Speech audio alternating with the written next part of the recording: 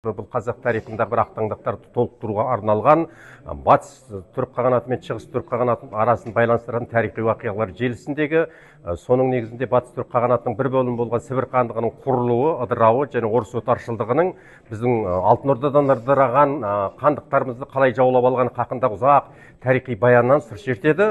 Осының алдында да бірнеше жерде тұсаукесері өтті. Бұдан кейін де бірнеше жерде тұсаукесер өтетін болып, өзі бар жоғы 2000 данамен шыққан кітаптың қазірге дейін 500-600 таралымы осы бір апта ішінде сатылып кетіп, жұрт талап алып жатыр. Осындай бір тарихи тақырыптағы романды сыйлағаныма мен өзімді бақытты деп есептеймін. Көпшіліктің қолына ары қарай алтын сақадай жаға берсе екен деген тілегіміз бар. Ол үшін кітаптың бағасын беретіні оқырман, тарих, ұрпақ. Қалай жазылған?